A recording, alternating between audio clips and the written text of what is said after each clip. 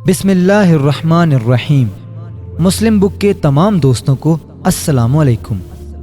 हज़रत आदम अलैहिस्सलाम जिस जन्नत में थे वो जन्नत आसमान पर थी या ज़मीन पर थी, इस बात में भी इख्तलाफ है।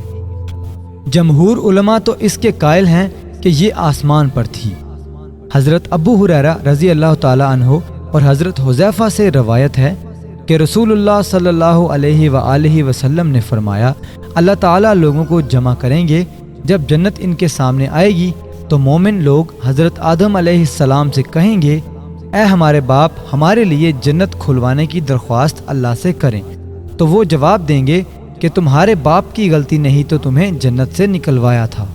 ये हदीस कवी वाज़िया और उम्दा दलील है कि वो जन्नतुल मावा है, लेकिन ये इस्तदलाल, एतराज़ और तनकीद से खाली नहीं है।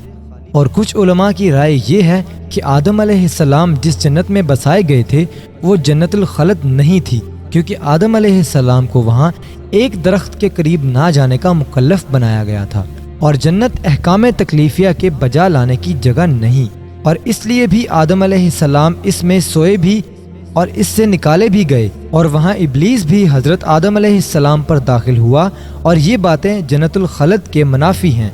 अबू अल कासिम राग़िब और काजी मावर्दी ने अपनी तफसीर में कहा है कि जिस जन्नत में आदम व हवा बसाए गए उसके मुतालिक दो कौल हैं।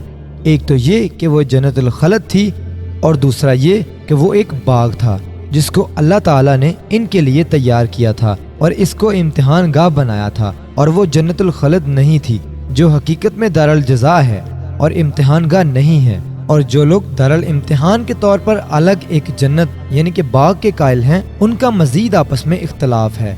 कुछ का ख्याल है कि वो आसमान में एक बाग था जिससे आदम और हवा को उतारा गया, ये हसन का कौल है।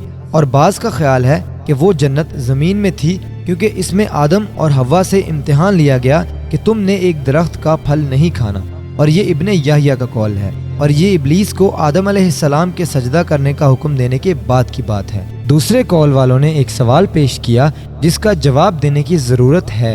इन्होंने कहा कि इब्लीस को सजदा करने से इनकार पर अल्लाह की दरगाह से दूर कर दिया गया और वहाँ से निकलने और उतरने का हुक्म हुआ। यह हुक्म शरई और तकलीफ़ी नहीं था जिसकी मुखालफत मुमकिन होती, और वो अल्लाह का तकदीरी और कोई और इंतज़ामी फ़ैसला था जो कभी टाला नहीं जा सकता था। इसी वजह से अल्लाह ताला ने फरमाया, यहाँ से जलील हालत में निकल जा। एक जगह फरमाया कि इससे उतर जा, तेरे लायक न था कि तू यहाँ तकब्बर करता। एक और मकाम पर फरमाया, बस इससे निकल जा, तू यकीनन रांदा है।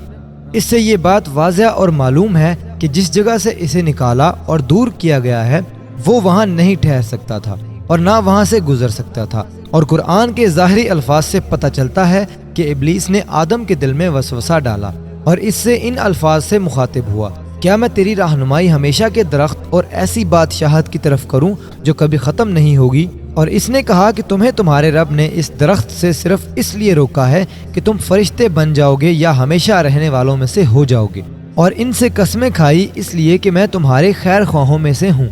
बस इसने धोखा देकर इनको झुका लिया। इन आयात से साफ मालूम होता है कि जन्नत से निकाले जाने के बाद शैतान इनके साथ दोबारा एक जन्नत में इकट्ठा हुआ। इसका जवाब ये दिया गया है कि इब्लीस गुजरते हुए इनसे मिला है, ना कि इनके पास ठहरते हुए। शैतान ने इनके लिए या तो जन्नत के दरवाजे के पास से वसवसा डाला या आसमान के नीचे से।